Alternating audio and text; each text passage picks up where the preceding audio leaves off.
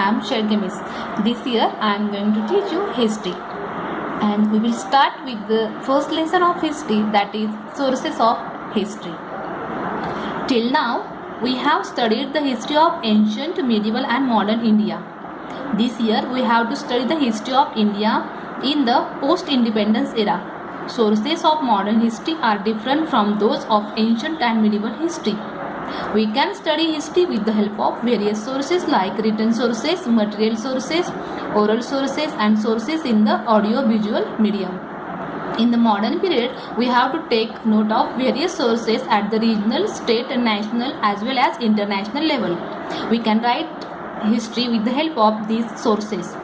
See, the sources of modern history are different from those of ancient and medieval history. Yes, whatever sources are there of modern history are different from those of ancient and medieval history. We can study modern history with the help of written sources, material sources and oral sources and sources in the audio-visual medium. Why modern history, whatever sources of modern history are different? Because in ancient time or in medieval history there were not more written sources or sources in the form of audio or visual medium. That's why sources of modern history are different from those of ancient and medieval history. We have to take note of the sources at the regional, state, national and international level as well. So which sources we should take note of? At the sources at the regional, state, national and international level. Okay, next point is written sources. The following sources are included in the written sources. First one is newspaper, second periodicals, third diaries, fourth reference books, fifth correspondence, sixth documents in the archives, seventh government gazettes, eighth postage stamps and ninth encyclopedias. These are the written sources. Take point of that. Okay, take view of that and remember it. Learn it by heart. It is very important question. Which are the written sources? Which are the written sources? Newspapers, periodicals, diaries, reference books, correspondence, documents in the archives, government gazettes, postage stamps and encyclopedias. Learn these spellings by heart and it is your homework. Today you have to write down this. Okay. See, next one is that do you know? It is also very important. This question used to come in exam. What is mean by archives? The place where historical documents are preserved is called archives. What is mean by archives? The place where historical documents are preserved is called archives. So what is preserved in the archives?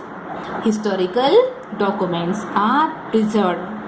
The main office of the National Archives of India is at New Delhi. It is the largest among the archives in Asia. So the main office of the National Archives of India is at New Delhi and it is the largest among the archives in Asia. This is most important paragraph. Learn it by heart. Okay. So where is the National Archives of India situated? It is in Delhi and it is the largest among the archives in Asia. Okay. And what is meant by archives? The place where historical documents are preserved and that place is known as archives. Just as newspapers are considered the fourth pillar of democracy in the modern period, they are also a major medium of information. So newspaper is known as the fourth pillar of the democracy. Democracy means by the government which is run by the people, for the people and of the people. This is the definition by Abraham Lincoln. Yes, no. So newspapers are having a most important place in the democracy. That's why it is known as the fourth pillar of the democracy and it is also a major medium of information. If we consider the period from 1961 to 2000, we see that in the beginning there was no alternative to print media, especially newspapers. with liberalization and widespread use of internet in India. Liberalization means freedom. With liberalization and widespread use of internet in India, an alternative for print media became available. Yet the print media still continue to be powerful. If you take the example of that from period of 1960 to 2000, we see that in the beginning there was no alternative to the print media. So no other things were there. So people were getting information rather than from the newspapers. Especially newspapers were having lot of importance. But with the freedom and widespread use of internet in India, then internet was started in India and an alternative for print media became available. So we are getting news on mobiles also. Yes, no, on internet we are getting the news. Yet the print media still continue to be powerful. But though internet is there, print media is very powerful in our country. See, the print media includes newspapers, periodicals and newsletters of various movements. Yes, so then see,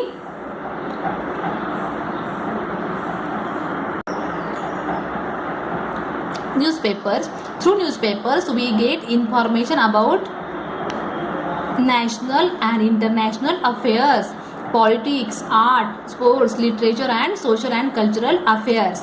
If you are reading newspapers, you will come to know that which types of news are there. News on the international affairs, politics, art, sports, literature and social and cultural affairs. These news are there in newspapers. Newspapers contain matters related to human life. Most national newspapers have started their regional editions. We can take the examples of Sakal and Lokmat. They are having their Pune Jilla Avrutti. So Pune district editions are there. India Today editions are there. Hello Pune. Yes, no. So these are the regional editions of those newspapers. They publish supplements that give information about various topics. Newsletters of various movements. The dailies or weeklies of political parties. Monthly and annual magazines are important among the print media. See, the newspaper comes every day, that's why it is known as daily, and in that some are coming in weekly, those are known as weekly. Some newspapers are there, or their books are there, they are coming, they are printed monthly, they are known as monthly magazines. Some are quarterly, after 3 months. Some are publishing after 6 months, half yearly, and that which are printing in once in a year or published once in a year, those are known as yearly. Okay, see, the newsletters of various movements, the dailies or weeklies of political parties, monthly and annual magazines are important among the print media.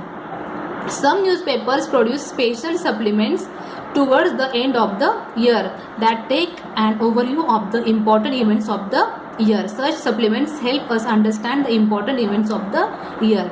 See, some newspapers produce special supplements toward the end of the year.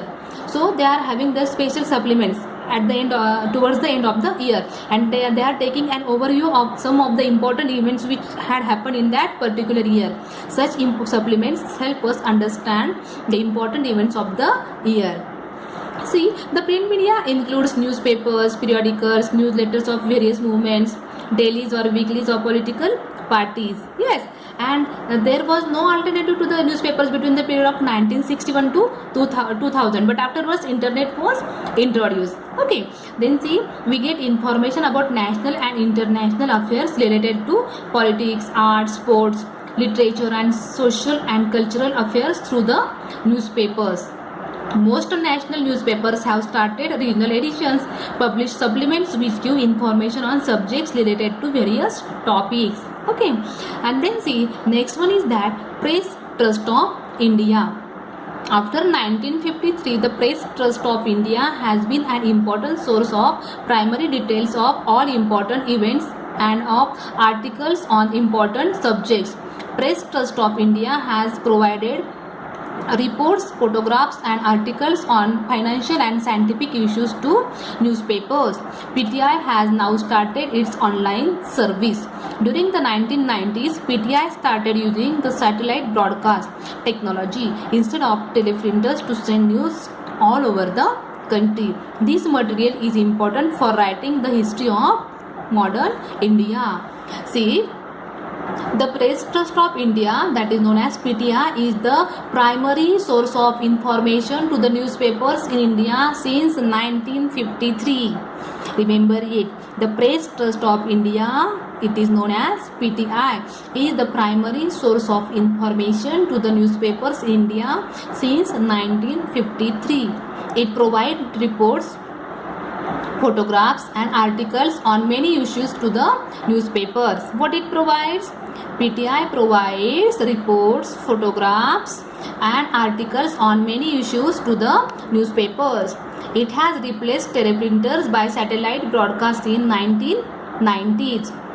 Now it has also started online service.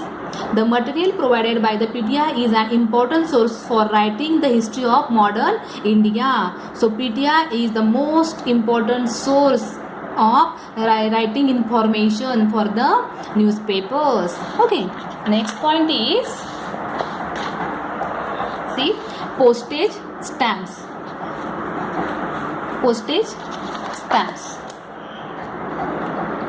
The postage stamps don't reveal anything on their own.